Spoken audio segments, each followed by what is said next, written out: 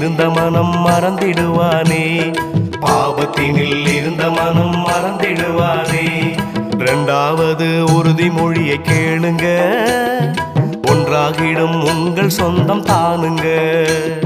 மசூதியில் அமர்ந்து மகிமை பல செய்தார், என் சமாதியின் படியேறி வருபவனுக்கு துக்கமெல்லாம் போக்கி சுகம் தருவேனே, துக்கமெல்லாம் போக்கி சுகம் தருவேனே.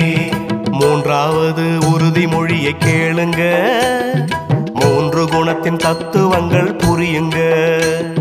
தண்ணீரை அகலில் ஊற்றி தீபம் எரித்தாய், இவ்வுலகை விட்டென் பூத உடல் மறைந்து போனாலும் பக்தன் அழைத்தால் ஓடி வந்து அருள் தருவேனே, பக்தன் அழைத்தால் ஓடி வந்து அருள் தருவேனே.